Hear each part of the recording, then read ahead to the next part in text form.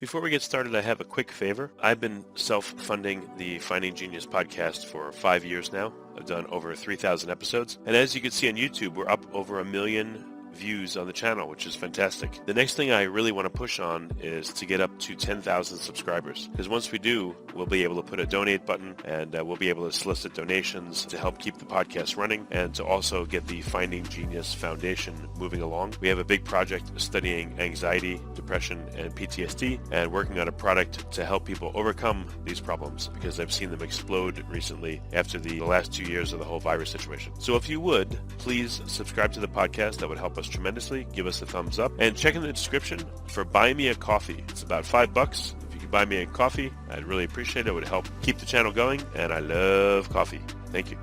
Forget frequently asked questions. Common sense, common knowledge, or Google. How about advice from a real genius? 95% of people in any profession are good enough to be qualified and licensed. 5% go above and beyond. They become very good at what they do, but only 0.1% are real geniuses. Richard Jacobs has made it his life's mission to find them for you. He hunts down and interviews geniuses in every field: sleep science, cancer, stem cells, ketogenic diets, and more. Here come the geniuses. This is the Finding Genius Podcast with Richard Jacobs. Hello, this is Richard Jacobs with the Finding Genius Podcast. My guest is Professor Ramani Narayan. He's a University Distinguished Professor at Michigan State University, MSU. We're going to talk about his work with fungus and bacteria that are able to consume and alter plastic waste, which will be very, very promising. So welcome, Ramani. Thank you for coming. Thank you. Yeah. Tell me a bit about your background. Your degree is, I guess, you're in chemical engineering, but how did you come to work on, the systems you're working on today with fungus and bacteria? Yes. So my background is a chemical engineer, and I joined MSU in '89. And even at that time, plastics waste was a major issue. And what happens to the waste after it enters the environment, particularly because these were ubiquitous and persistent, non-biodegradable, and accumulating. So the question was, can we design new polymer molecules that could be biodegraded? And by the term biodegraded, I mean that microorganisms, whether they are bacteria, fungi, are capable of utilizing these polymer molecules when they are exposed to it. Are you trying to create novel molecules or put additional functional groups on them? Or you're trying to figure out the existing plastics in the environment, how can they be consumed? So originally, the idea was that if you took existing, what I call carbon-carbon backbone polymers, the carbon-hydrogen polymer molecules, which we use today in large quantities. In fact, 90% of all packaging is based on these carbon-carbon backbone hydrocarbon plastics. They are the ones which are not biodegradable, persistent, and accumulate in the oceans and land. And this is what we are hearing in terms of the stories we hear about this. So it would have been an ideal choice that we create microbes or enzymes or fungi that can break these carbon-carbon bonds and consume it and remove it from the environment. But unfortunately, these molecules, these current hydrocarbon plastic molecules, are not been around for a long time. So the microbes have not acclimatized to it and are not capable of breaking it down. And two, they are large molecules, and therefore they cannot enter into the cell of the microbes. So if microbes have to utilize carbon, and they utilize carbon not because they want to clean up the environment for you, they utilize carbon as food, fuel for their life processes. Very similar to we eat food for our life process. So that's what microbes do. And the microbes want carbon food, so they need carbon molecules. Unfortunately, the plastics packaging that we designed and is so ubiquitous and found everywhere is not capable of breaking down small enough to be used up or utilized by microbes as food. So that's where the problem started. What kind of bonds can microbes break? Like carbon-carbons, single bonds, double bonds, carbon-oxygen bonds, hydrogen bonds, like which ones are... For life, you need oxygen. For water, right? I mean, that's basic. So if you were to redesign those carbon-carbon backbone bonds with esters is got an oxygen within that backbone. So if you can use what we call polyesters, and then there is a lot more probability of it being hydrolyzed and create small molecules that are then easy to be utilized by microorganisms. And the other interesting fact is there are enzymes like esterases that are capable of breaking these ester bonds present in a molecule. Have you seen bacteria that are able to survive in high or low pH environments? And I imagine them getting in the proximity of a potential food source, excreting something and changing the pH, the ambient pH, that may, allow them to get at the molecule, get at some of the bonds, maybe cause partial oxidation or some bond breaking initially. Do you see any bacteria employing a strategy like that? Yes, there's significant, I would say there are a lot of publications in the literature where microbes are known to grow on such hydrocarbon molecules. Or you can look at enzymes that are capable of breaking these bonds. Remember that before it can be utilized as food, it must get inside the cell. And in order to get inside the cell, not only must the molecular weight be reduced significantly, but it should also have the right hydrophobic, hydrophilic balance so that it can transport into the cell. So those are the two things. But herein where the problem comes up, what happens, why this is not taken off as this podcast says, is that the microbes, obviously, to consume those carbon-carbon molecules, they can consume, say, break it up into some small pieces and then utilize a few moles of the carbon for its life processes. But in the environment, there are all sorts of carbon sources available. So the microbes are going to go after the ones which is the most easily accessible. It is like if you are given food, if you're presented food which, you kind of don't like, and there's an appetizing another kind of food, you would eat the one which you like, not the one which you don't like. Broccoli is something you may not like. So if you're presented with something else, obviously you're going to eat that first. So in the real environment, just because it is capable of utilizing it, how quickly will it utilize it and at what rate becomes issues in this case. Are bacteria like kids? They eat the dessert first, whatever is most amenable, they'll gorge themselves and ignore the other stuff? Or like if they're faced with two types of sustenance, like two different bonds to break in a material, will they pick the less energetic one that's easier to do always? Or like what's their behavior like when faced with food choices? It will take the most easy to break down and digest sugar, right? I mean, all carbohydrates are sugar molecules, sugar chain molecules. And so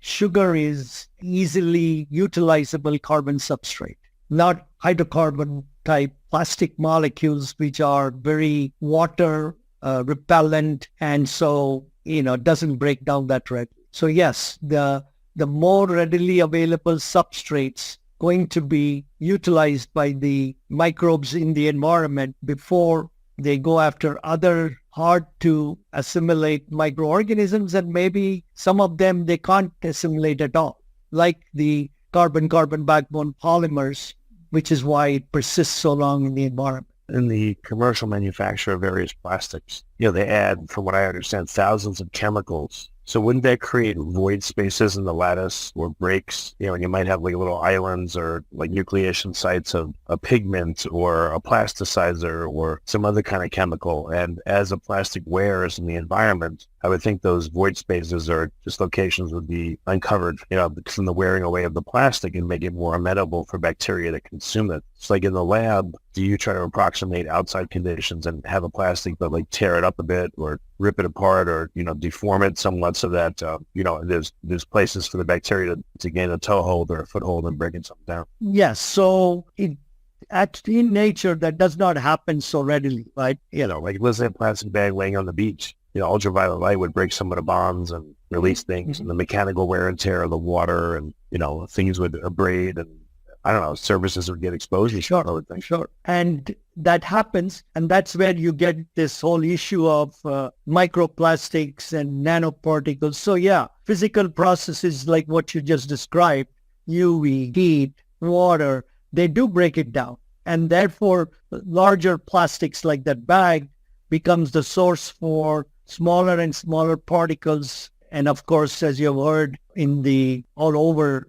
in newsprint and everywhere, microplastics is a big issue. It's all over the place. It's transported. The reason is that these smaller and smaller particles are not yet or not readily assimilated by the microbes. They're still there and they continue to persist, and the rate. So ultimately it becomes rate. The rate at which this will be broken down and utilized is very, very slow. So that's where the lifetime of these microplastics, these broken down fragments, is so large that for practical purposes, they are persistent and accumulate in the environment. Do microbes eat individually, or do they form biofilms? If they can get a purchase on the surface of, let's say, a given plastic, do they form biofilms, and therefore do they have like emergent abilities that come about from the composite of these billions of bacteria forming a biofilm, and then they're able to attack certain things? Like, does the state of the bacteria and how many of them there are affect its ability to decompose? So biofilm formation is well established, well known. That's how microbes adhere or attach to surfaces. They secrete they attach and form these biofilms, which will give them the attachment, and that's what you're looking at. But herein where the issue comes up. Just because something forms a biofilm doesn't mean that it is going to consume that carbon of that source as its food, as its, For example, biofilms are formed even on metal, on surfaces. You go look around, there are biofilms everywhere. Now, biofilms is necessary for the microbes to survive, to attach, but that does not mean that the microbes are breaking down that substrate, and after some period of time, all of that carbon will be consumed, and therefore there will be nothing left. This is, I think, where some of the confusion arises, because there's a lot of statements in the literature saying, oh, I have formed biofilm formation. The particle sizes become small. It's easy to, smaller and smaller particles. So larger area, surface area means more biodegradation. But they are degradation, they are fragmentation. They go smaller and smaller.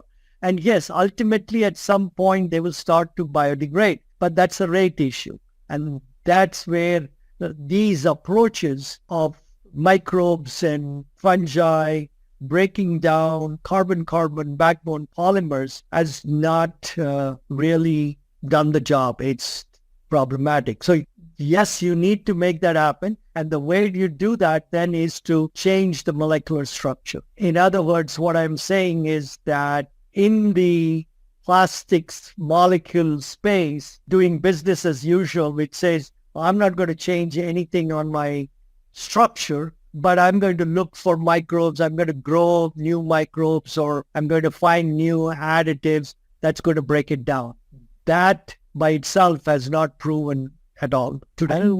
This may be a very difficult question. How do bacteria know whether they can break a bond or not? Are they sensing the attractive strength of a bond, and they somehow are able to gauge, no, I can't break this bond, it would take too much energy? Like, has anyone studied this? Like, how do they evaluate the bacteria, where to break a bond and how? Well, that's two different things, right? One, the question you're asking is, how do they know they're going to break a bond and then consume it? That is not the major driver as to how microbes utilize carbon, right? There are enough molecules and small molecules that enter inside the cell. When they are inside the cell, then they are biologically oxidized to CO2. It releases energy, and that energy released is then harnessed for its life cycle. For example, if we eat, you can eat all sorts of things. Fiber, it's not going to get broken down. It goes through the bodies, and it is good. Carbohydrates, much readily broken down, and then that builds fat and all. Some molecules don't break down fast enough. So the environment dictates how fast a larger molecule is broken down to small so that it can go inside the cell. And that's when the utilization happens. So yes, it is true that microbes do release enzymes that break down polymer molecules. But this breakdown of polymer molecules is evolved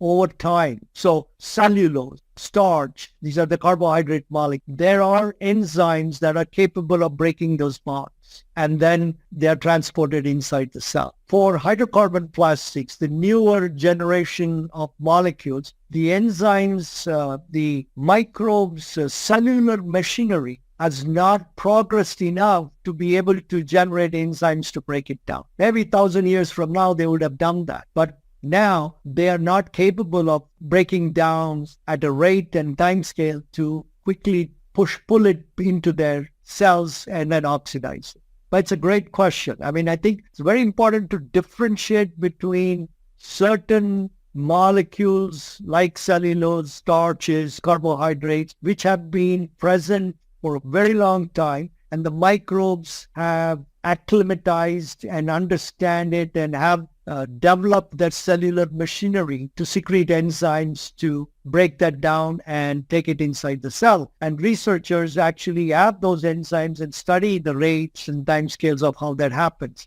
Is size like a very, very, like, could you break up certain compounds into small enough size that they would be taken up by a bacteria preferentially, but they're indigestible? Like, does the discernment of is this food or not food happen once material's inside a bacteria, once it's taking it in, or does it happen before that? No, it's inside. It decides. It will not go into that pathway of how it utilizes carbon. It's very similar to us. We can eat anything, right? But the body is not going to be able to break down anything we eat and convert it to energy for our life processes. So bacteria, they'll eat anything as long as it's the right size and geometry, and then they go, oh, it's food or not. They'll spit it back out or not? Correct. Or they will die, right? Or it'll kill them. Yeah. Yeah, they are not enough. And this you have seen, like if you go to the macro level, you have heard about birds' stomach being filled with small plastics. Is pictures have taken of it, right? How does that happen? Well, the small pellets, which are these hydrocarbon polymer plastics, like you said, biofilm formation happens, microbes attach to it. The birds look at it as food, so they consume it. But then that little pellet their system, their cellular machinery cannot break it down. So your bird's stomach is filled with it. Now it can't eat and it starves to death.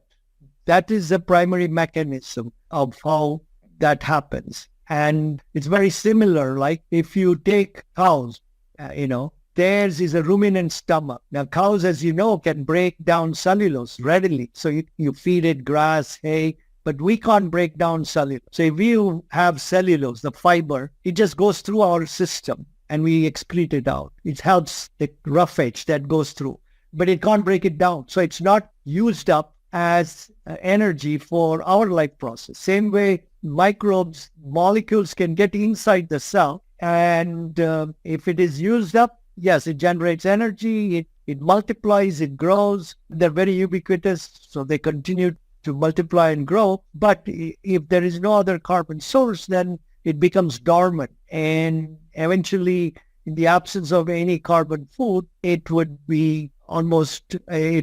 Okay. So is your idea to dope plastics with certain compounds that'll make it more amenable for the bacteria to consume them and break them up? What's the strategy here? So the strategy is exactly that change the backbone polymer so that we make it more labile, more easy to break down under environmental conditions. So if that ester, for example, we talked about replacing the carbon-carbon backbone with ester backbones. Now esters are easy to hydrolyze. So if there's enough water, it will hydrolyze it. It will become smaller and smaller molecules. It has the right groups, and microbes can transport it into their cells. They then enter what is called as the TCA cycle. They are oxidized, which releases energy, which is then harnessed by the microbes for its life process. So that's how we're talking about doing it. And we validate this. So, this is the hypothesis that let's change it. Let's then expose this to a compost or soil matrix, which is teeming with microbes. And then if that carbon substrate, the molecule you have created, is a food for the microorganisms, then it must break down, it must go inside the cell. The cells will oxidize it to CO2, which is then liberated, and then the microbes continue to grow. So the test method to validate whether the microbes are utilizing your polymer molecule is by looking at how much of that carbon is converted to CO2 in a practical time frame. Then that will tell you whether the redesign of the molecule is successful or not. What's the hardest bond to break, like a single carbon-carbon bond? The hardest bond to break is the carbon-carbon single bond, or any carbon-carbon bond is difficult to break down under typical environmental conditions. Well, what about, crude oil that's spilled, the oil? You've got hexane, octane, nonane, you got all these, ethane. So there are, if you look at those oil spills and all, they're not being biodegraded as fast as, say, if you spill sugar on that same surface, or you spill paper, then you'll never see them there, right? They break down much faster, quicker, and then they're consumed. So the one messaging which I would leave it, there's no black and white area. Yes, it will biodegrade. No, it will not biodegrade, right? This is the two extreme. Depending on the availability and the ability of that molecule to break down and release carbon molecules that can enter inside the cell of a microbe, that's what dictates whether it is going to be removed or not. The microbes don't do it to clean up the environment. They do it because they need food. And that's where the rate of how fast that happens, how quickly it happens, is dictated by the environment in which it is in. For example, I'll give you a very classic example of temperature. Temperature plays a big role in this, right? You take a loaf of bread, you put it on your countertop, you take the same loaf of bread, put it in your refrigerator and then in the freezer, and you observe which is going to mold, biodegrade fast. That would be on the countertop, right? Because the temperature is 23, 25 degrees Celsius. The temperature in the refrigerator is maybe 4 degrees. In the freezer is 0 degrees. So it may not break at all. So if you look at the ocean temperatures, if the temperature of the water is 25, 30 degrees, balmy, like in the beaches where it's hot, yes, these polymers may break down faster. But that same polymer, if it went into the Arctic or the Antarctic and the temperatures dropped to 4 degrees, it's not going to break down at the same rate and scale at which this happens in the other temperature zone. So temperature plays a big role in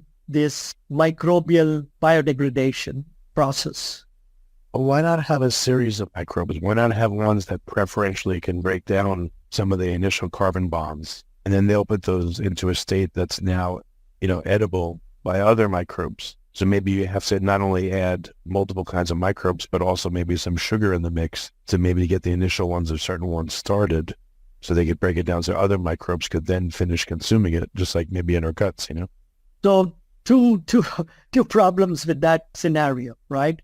Let's say you have a sugar and polyethylene, and this has been proposed, sort of, right? I have an additive which is going to attract microbes, and therefore it will secrete enzymes and other things, and it creates holes, and then therefore it will consume that carbon-carbon backbone polymer molecule. The microbes will utilize the sugar for sure, but there's no reason why it will go after that carbon-carbon backbone. The carbon-carbon polymer molecule is still pretty large for it to break down, and B, the sugar molecules, the larger sugar molecules will break down to smaller molecules and is easily transported in the cell, and it will utilize by the microbes. So this is I have seen pictures where they show Pac-Man gobbling up one after another. That does not happen in real life. Well, are there microbes, though, that hang out around oil spills and preferentially do eat, or break up these single carbon-carbon bonds? Yeah, they don't break up. Yes, that is correct. They get acclimatized to it. Over a period of time, they evolve that they can transport that hydrocarbon chain into the cells and then oxidize it and use it as a food source. Yes, this is where we went back to our first, where we discussed this, that microbes have not yet developed their cellular machinery to break down carbon-carbon backbone polymer molecules to small ones and then transport it. They have not evolved yet to do it at a rate and time scale like they have done for the oxygenated molecules like carbohydrates, sugar polymers, things like that. So there's really no microbes that can do it. There's very few. I mean, there's ones that'll do it reluctantly, but just they do it inefficiently, or what's the state of it? They remember that, so we need to, again, separate the two, right? The microbe's ability to utilize carbon for its life process happens inside the cell. So that molecule has to get inside the cell. That's one. Outside the cell, that molecule has to break down into small molecules, not fragment, not make smaller particles, not make microparticles or nanoparticles, but break it down in terms of its molecular level. It breaks down very small, and that it has the right morphology for it to go inside the cell.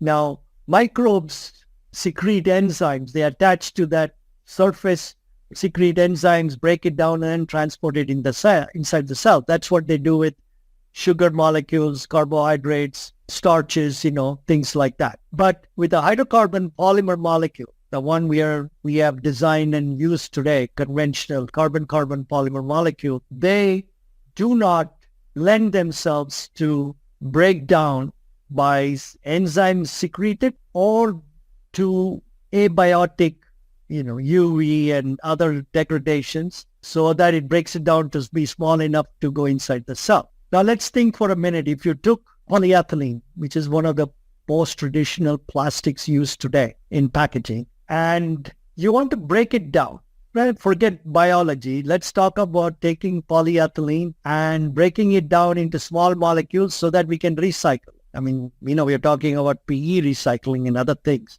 Do you know that to break that carbon-carbon polymer molecule to small molecules, it requires temperatures of 400 degrees Celsius and catalyst to break it down.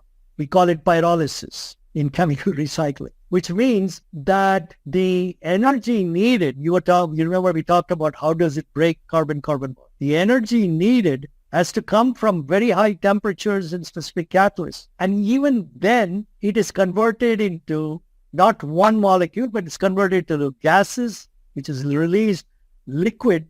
These are the small molecules. And then you have residue, tar. So this is food for thought, right? For you to think about. If we're not capable of breaking down polyethylene and similar carbon-carbon backbone polymers to small molecules, which we know is an essential requirement to go inside the cell, at room temperature, at ambient temperature, when we have to use very high temperatures and use catalyst systems to do that for us, how can the microbes break down these into small molecules at room temperature? And so, yes, it may start to chew on it a little bit here and there, but we're talking about complete removal will not happen. And that is where the challenge is, and that's where some of the misleading claims come from. It's a problematic issue. So you have to change the molecule, and there are enzymes, and you have to develop it and bring the two together to carry out that transformations. Are these, is the digestion going to occur in controlled lab environment, or does it need to occur out in the outer environment, just in the waterways and on the soil, or is it too dangerous to change conditions that way? Or could you change them locally? Let's say there's a spill. Could you treat, the heart of the spill so that at least it could be broken down faster, even if you can't treat the whole thing? is there something you could add to the mix that's out there in the environment in a And particular spot for help remediation? so biology has been used for soil remediations, right? But one has to be very careful there then, right? If you are going to tamper with the cellular machinery, which is what the genetic modifications arise from, right? You increase its viability at higher temperatures. You make it such that it can access these molecules that are not typically accessible. Then you are playing with nature. Then you're going to release things which you have no control over. It's not in a controlled lab scale. Today, it's not like enzymes are not. So you may have, your audience may have heard about a company called Carbios in France, where they use the esterase enzyme to recycle PET to its constituent monomers. So they're using biology, enzymes, to break down the PET molecule and remove and convert it to the constituent terephthalic acid, ethylene glycol.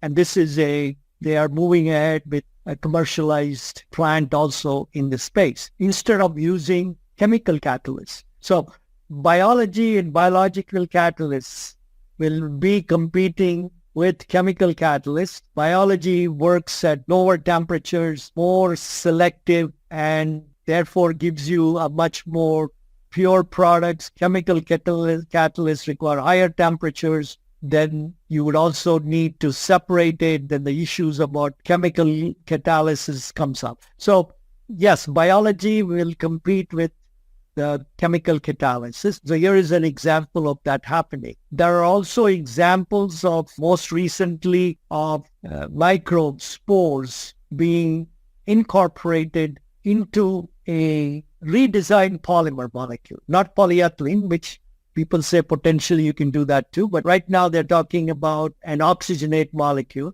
so that you use it when you can. And then when you release it into the environment or it gets released into the environment, the spores then start to work because it's exposed to the right environment and will start to biodegrade and remove it from the environment. These are all possibilities. But the one fundamental issue in all of this is these enzymes, microbes, are not capable of surviving high temperatures. So if you want to make a plastic film, you are going to blow it at 170 degrees Celsius. Well, will the enzyme survive that heat? So people are developing more what we call thermostable enzymes. But an enzyme that is stable at 70 degrees, 80 degrees, will it survive the 150, 170 processing temperatures? So those are the issues that still needs a resolution. What plastics one? What plastic is supposed to be the hardest one for anything to break down? Like which ones appear to be impossible or impenetrable? The hydrocarbon plastics, the carbon-carbon backbone plastics, the polyethylene, polypropylene, polystyrene, they are the most difficult to break down, even chemically.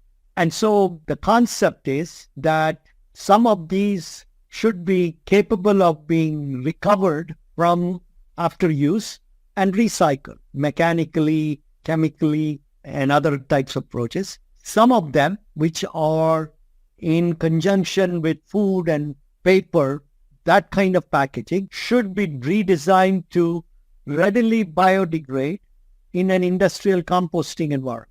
So it's not just that you design microbes or enzymes to break anything and everything down, but you have to redesign the polymer such that it will break down much more readily in the disposal environments like composting or soil or even in ocean environments.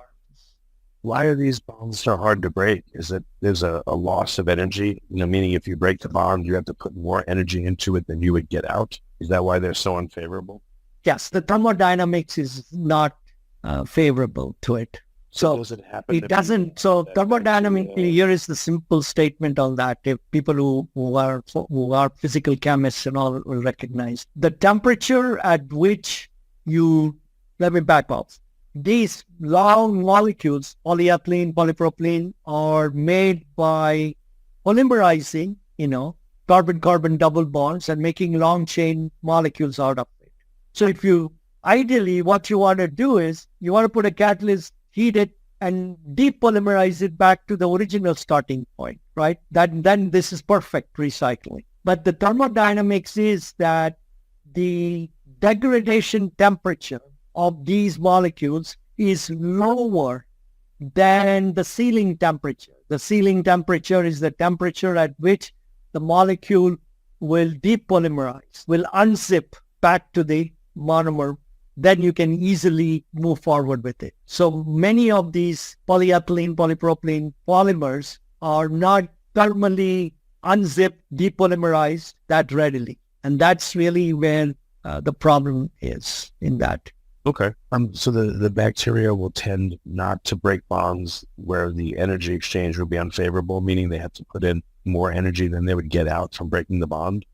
That is correct.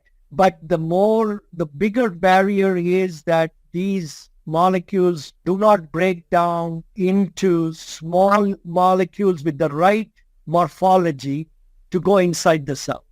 Because if they do, then they have the potential to be taken up and converted to CO2, releasing energy, and the whole cycle in the cellular machinery of the microbes can take over.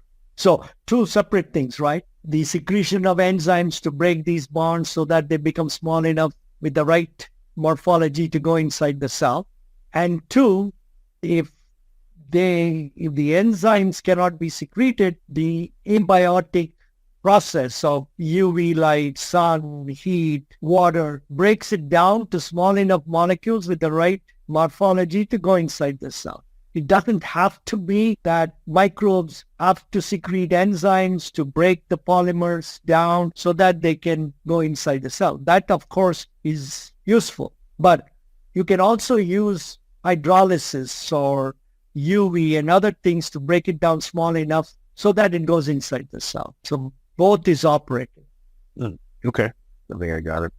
Is there any way to influence the environment in which the bacteria are in? Like, what if you make it a very high oxygen environment? Would that change them in such a way, maybe their epigenetics would change and then they would be able to consume these bonds? Or is there, other coenzymes or catalysts or anything you can put into the mix with the bacteria plus the plastic so they can decompose it easier? I think it is the probability or the more easier way would be to change the environment to break these molecules to small enough molecular weights with the right morphology, and then the microbes can take over after that. That probability is much better and more easier. So if you have a disposal system, then this may be more workable because that you can control much easier to break it down. Right? For example, industrial composting temperatures go up to 50 to 60 degrees Celsius. So at those temperatures, if there is enough moisture, hydrolysis becomes faster. And therefore, the ones which could not break down in soil starts to break down into small enough molecules with the right morphology to enter inside the cell and be consumed and as a food for those microbes. I don't see us designing molecules, enzymes or microbes to take over the entire conversion process, like you said, break the bond, take it in. That is going to be much more difficult. Right. I didn't ask you about fungi. I mean, they're hyphae.